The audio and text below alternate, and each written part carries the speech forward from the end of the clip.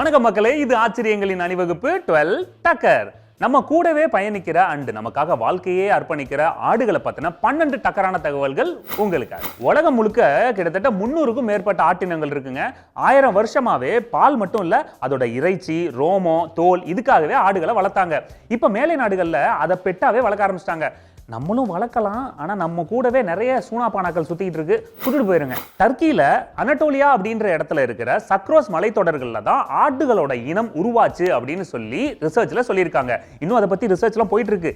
எங்க உருவாடா என்னங்க, எங்க முடியுது அப்படிங்கறதா விஷயம். பொதுவா ஆடுகள் 15ல இருந்து 18 வயசு வரைக்கும் உயிரோட இருக்குங்க. உலகத்திலேயே சவுத் ஏசியால தான் அதோட மாமிசத்துக்கும் பாலுக்காகவும் ஆடுகளை யூஸ் பண்றாங்க.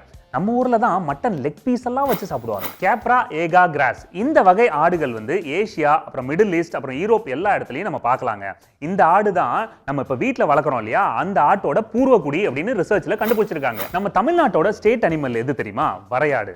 வரை அப்படின்னா ஹில்ஸ், குன்று இது மாதிரி குறிக்குங்க. இந்த மாதிரி இடங்கள்ல தான் அது வாழும் அப்படிங்கிறதுனால வரையாடு அப்படின்னு சொல்லியிருக்காங்க. இதை பத்தி சீவக சிந்தாமணிலையும் நிறைய குறிப்பிட்டிருக்காங்க. வெள்ளாடு இந்தியாவில் மொத்தம் 19 வெரைட்டிஸ் இருக்குங்க. அதுவும் குறிப்பா தமிழ்நாட்டில் கன்னியாடு, கொடியாடு, சேலம் கருப்பாடுன்னு 3 வெரைட்டி இருக்கு.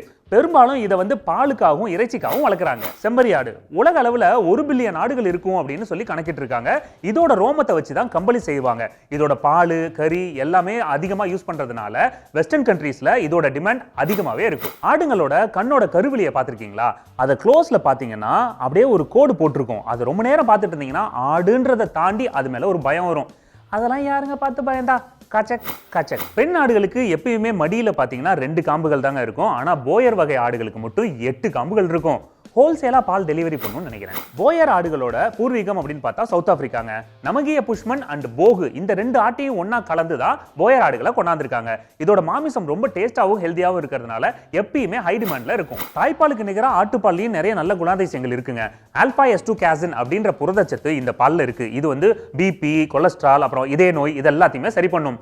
நிறைய மருத்துவர்கள் அதனால தான் ஆட்டுப்பாலை ப்ரிஃபர் பண்றாங்க. ஆட்டோட பால் மட்டும் இல்லைங்க, அதோட ஒவ்வொரு உறுப்பும், அதாவது தலையில இருந்து கால் வரைக்கும் இருக்கிற உறுப்புல எல்லாத்துலயுமே ஒவ்வொரு மருத்துவ குணம் இருக்குன்னு சொல்றாங்க. அதனால தான் மட்டனோட விலை எப்பயுமே உச்சத்துல இருக்கு. ஓகே மக்களே, மீண்டும் சந்திப்போம். இது ஆச்சரியங்களின் அணிவகுப்பு 12 டக்கர். வித் மீ உங்கள் துரைராஜ்.